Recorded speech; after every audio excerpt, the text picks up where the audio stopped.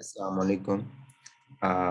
काफ़ी सारे बच्चे इस बारे में परेशान थे कि एमसीक्यूज़ जो है वो कहाँ से प्रैक्टिस करने हैं और प्रोफ में किस तरह के एमसीक्यूज़ आ रहे हैं और क्या चीज़ें जो हैं जिन पे फोकस करना चाहिए एमसीक्यूज़ के लिए। नंबर 1, लास्ट 2 ईयर से थोड़ी-सी यूएचएस की स्ट्रैटेजी चेंज हुई है और पहले ये हम सुनते थे कि एक पेपर जो है वो मुश्किल आता है और बाकी पेपर जो है वो ईज़ी आते हैं। बट यूएचएस ने थोड़ी स्ट्रेटजी इस पॉइंट से चेंज की है कि अब वो या तो एमसीक्यूज मुश्किल बना रहे हैं या फिर एससीक्यू मुश्किल बना रहे हैं। तो उन्होंने हर पेपर में इसी तरह का जो है वो पैटर्न फॉलो किया है। अब जो कुछ एमसीक्यूज है ना वो बहुत ज्यादा मुश्किल इस सेंस में बना रहे हैं कि उसकी स्टेटमेंट और उसके ऑप्शंस बहुत जो है ना वो क्लोज होते हैं एक दूसरे के। और दूसरे नंबर पे बहुत सारी ऐसी चीजें जो कि वो क्लिनिकली ओरिएंटेड बना रहे हैं और बहुत सारी ऐसी चीजें जो कि वो सिर्फ नॉलेज बेस बना रहे हैं यानी रटा सिस्टम पे बना रहे हैं। सो ये एक मिक्स टाइप के एमसीक्यूज और एससीक्यूज आ रहे हैं जिसमें बहुत सारे जो हैं वो प्रॉब्लम्स हैं और बहुत सारी चीजें जिन पे हम फोकस नहीं कर रहे थे उन चीजों पे फोकस करना पड़ेगा। सो इस वीडियो में हम वो सारे subject one by one third year के देखेंगे कि किन चीजों पे फोकस आपको करना पड़ेगा जिससे आपके एमसीक्यूज जो हैं वो बेहतर तैयार हो जाएंगे। सो स्टार्ट करते हैं हम सबसे पहले फार्मा की तरफ। फार्मा में देखें जो एमसीक्यूज हैं आपके वो दो तीन तरह के एमसीक्यूज आपके आएंगे और उसमें एक तो आपके जो है वो ड्रग ऑफ चॉइस जो है ना वो आएगी लाजमी। ड्रग ऑफ चॉइस आपने हर केस की जो मेन इंपॉर्टेंट केस है उसकी आपने करनी है। कीमो के लिए तो आपको पता है कि आपके पास एक टेबल है जो कि आपके मिनी के अंदर भी है और एमबीएम फार्मा के अंदर भी चैप्टर नंबर 10 में जो ड्रग ऑफ चॉइस वाला चैप्टर है उसके अंदर वो दो तीन टेबल दिए हुए हैं। ठीक है, तो वो आपने लाजमी तैयार करने, उनमें से काफ़ी सारे एमसीक्यूज आते हैं।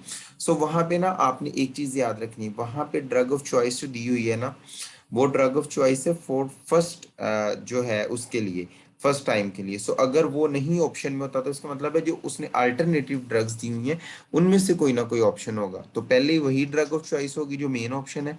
अगर वो ना इन केस हुई फिर आपके पास आपने सेकंड वाले ऑप्शन की तरफ जाना है। सो उस टेबल को आपने बहुत अच्छे से तैयार करना है। उसके बाद हम बाकी चैप्टर्स की तरफ आते हैं।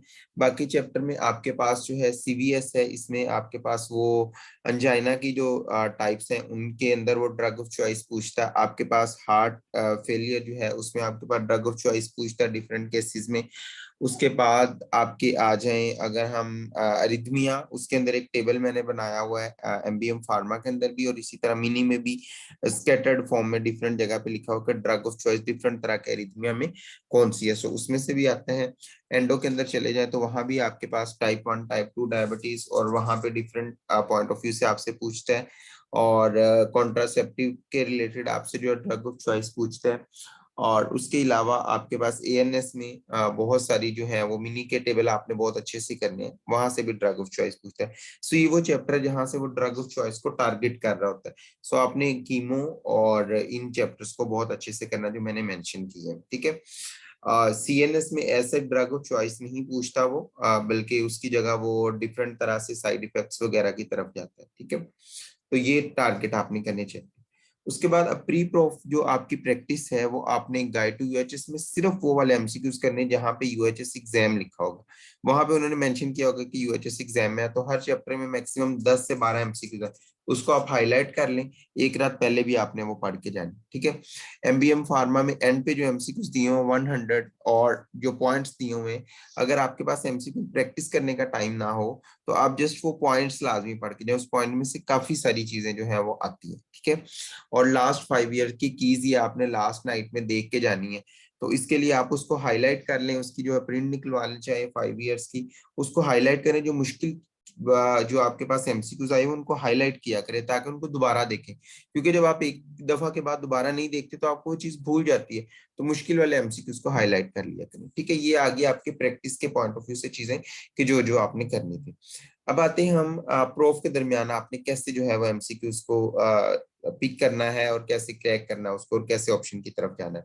नंबर 1, आपके पास जो 65 एमसीक्यूज होंगे फार्मा के उसमें से 30 एमसीक्यूज ऐसे होंगे जो आपको ऑलमोस्ट आते होंगे, मतलब वो इजी होंगे और सिंपल स्टेटमेंट होगी, सिंपल उसके साइड इफेक्ट पूछे होंगे, सिंपल सिंपल चीजें होंगी। ठीक है, तो आपने just pick that 50 in first priority, क्योंकि अगर आप उन जो 30 एमसीक्यूज उनको छोड़ देंगे तो आपके पास पीछे चॉइस नहीं बचेगी। तो आपने पहले ये परेशान नहीं होना कि ये एमसीक्यूज पहला दूसरा तीसरा मुश्किल आ जाता है, तो इस तरह परेशान, बिकॉज समटाइम शुरू वाले सारे एमसीक्यूज आसान होते हैं, समटाइम ये कि जो शुरू वाले एमसीक्यूज वो मुश्किल आ जाते हैं। सो आपने पैनिक नहीं होना वहां पे, बिकॉज इस दफा मेरे साथ भी ऐसे हुआ कि कुछ पेपर्स ऐसे थे कि शुरू वाले तकरीबन 20-25 एमसीक्यूज सारे आते थे और आगे अचानक से ऐसा हुआ कि एमसीक्यूज 10-12 इकट्ठे जो है उनमें जो है वो पजल होना शुरू हो गया।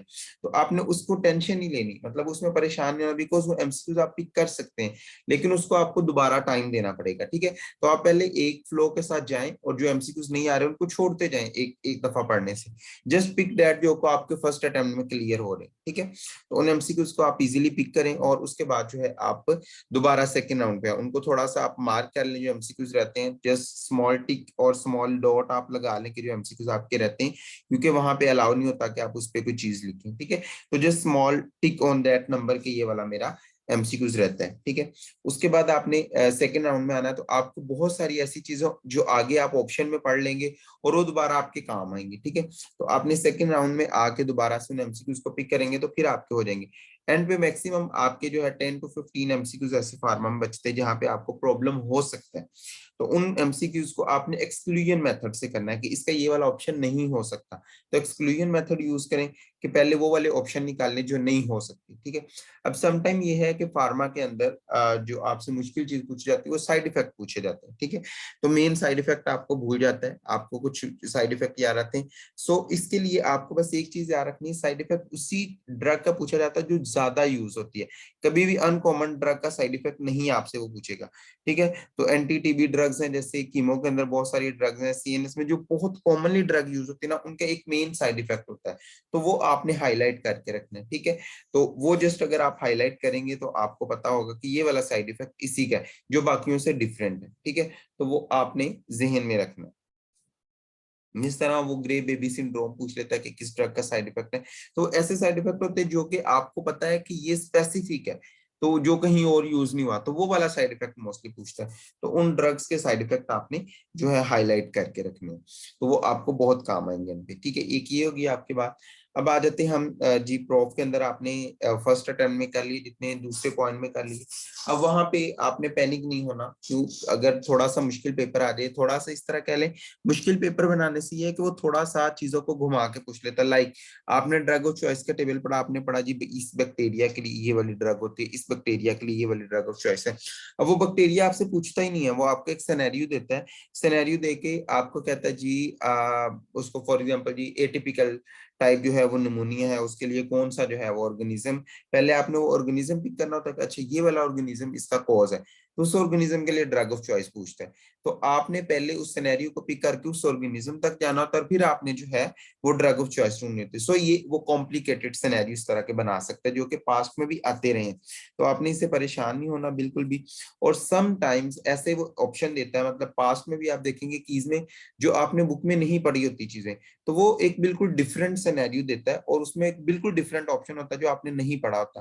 तो ऐसे तमाम एमसीक्यूज पास्ट की में और पास्ट एमसीक्यूज में आप हाईलाइट करके रखें, क्योंकि वो लाजमी दोबारा दोबारा एमसीक्यूज आते हैं। ठीक है, सो इस तरह से आप फार्मा इजीली प्रैक्टिस भी कर सकते हैं और फार्मा इजीली पिक भी कर सकते हैं। और अगर आपके 50+ एमसीक्यू सही होते फार्मा में, ये मोर देन इनफ, और ये बहुत अच्छे एमसीक्यू हैं। बाकी अगर आपकी बहुत अच्छी तैयारी है और आपने बहुत अच्छे से चीजें की हुई हैं, आपने बिग कैट्सन पढ़ी है या फिर आपने जो है सारी बुक्स जो है 1 by 1 पढ़ी, तो आई थिंक कि उसमें आपके 60s की तरफ भी इंशाल्लाह जा सकते, तो उसमें बिल्कुल भी इशू नहीं होता। नेक्स्ट हम पैथो एंड माइक्रो की तरफ से आते हैं। पैथो एंड माइक्रो आपको बहुत बहुत इजी लगेगी, बिकॉज इसका सारा पेपर पास से आता है, एससीक्यूज एमसीक्यूज ईच एंड एवरीथिंग, एक एक चीज इसके पास, क्योंकि इसका सिलेबस बहुत एक्सटेंसिव है, पेपर मुश्किल बना नहीं सकते। तो इसमें से आपने पहले तो जो पास्ट गाइड टू यूएचएस में, अगेन वही यूएचएस वाले एमसीक्यूज, पास्ट एमसीक्यूज की जो पीडीएफ है एक, उसमें ऑलमोस्ट मेरे ख्याल में 170 एमसीक्यूज है, वो आपने अगर टाइम हो तो करनी है वरना नहीं करनी।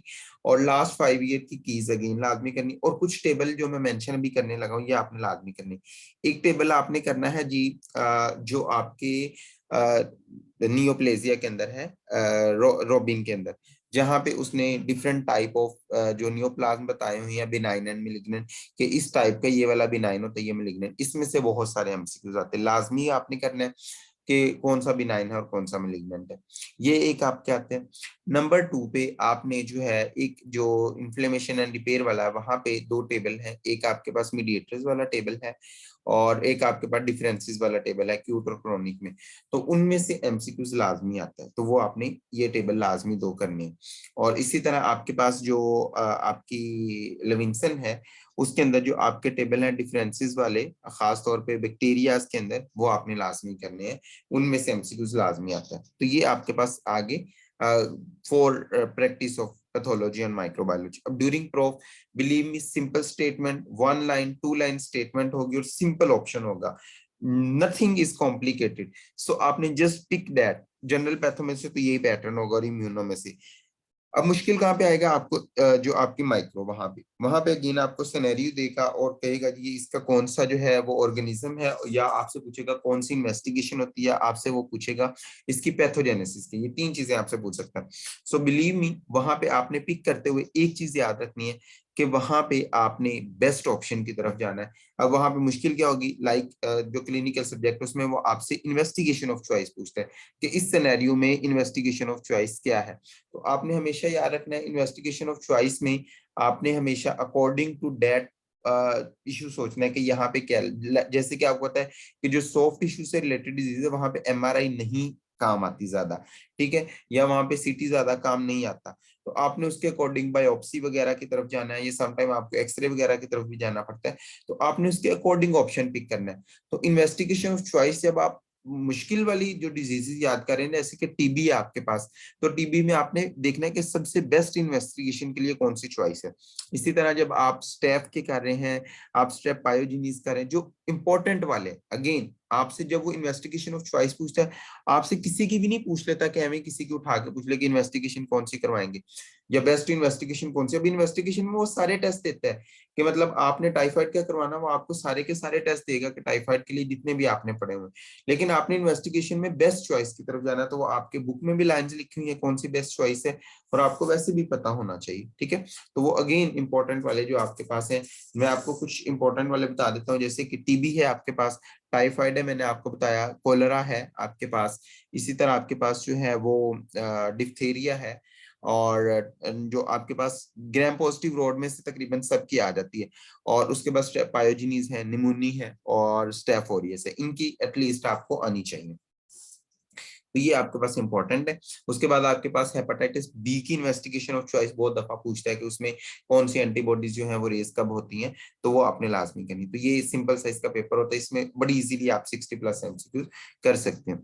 फोरेंसिक की तरफ आते हैं, इसके एमसीक्यूज कभी भी जो है वो आसान नहीं आए, मतलब बहुत कम है, 1-2 सालों में बहुत आसान आ गए एमसीक्यू, जस्ट लाइक जो बुक की लाइंस है। वरना इसके एमसीक्यू बहुत गंदे, बहुत डिफिकल्ट होते हैं। लेकिन अगेन इसके भी अगेन 45 एमसीक्यूज हैं, उनमें से आपके बिलीव मी कि 25 सबको आते होंगे जिसने एक दफा भी बुक की रीडिंग की हुई है। और इसमें से मुश्किल चीज क्या आती है कि आपने टेस्ट वाले करने, यानी आपके प्रैक्टिकल में से काफी सारे एमसीक्यूज आते हैं, तो उसके लिए आपने एक शहबाज में टेस्ट वाला चैप्टर है कि किस किस के लिए कौन सा टेस्ट इंपॉर्टेंट है, तो वो आपने लाजमी करके जाना, वहां से काफी एमसीक्यूज आते हैं। लास्ट ईयर शहबाज से जो है वो लाइंस भी आई थी बुक की, लाइक डेफिनेशंस के अकॉर्डिंग, कि जो है वो थेनाटोलॉजी की डेफिनेशन इस पर्सन के अकॉर्डिंग क्या है, तो वो 3-4 ऐसी डेफिनेशन जो बुक में लिखी होती है किसी स्पेसिफिक पर्सन के अकॉर्डिंग, तो वो आपने लाजमी हाईलाइट करनी है। और इसी तरह जो है आपके डेज जो है वो आपने जो है पोस्टमार्टम में क्या क्या चीजें अपीयर होती है, ये चीजें काफी सारी आती है डेज के अकॉर्डिंग और आवर्स के अकॉर्डिंग, तो वो आपने टाइम सिंस डेथ बहुत अच्छे से टॉपिक करना है। तो वहां पे आपको काफी सारी चीजें जो हेल्प करेंगी। इसमें अगेन मैं आपको बता दूं कि एमसीक्यू जो डिफिकल्ट आते हैं, जब डिफिकल्ट आते हैं वो सबके लिए डिफिकल्ट होते हैं, उसमें वो इजी फिर किसी के लिए भी नहीं देता।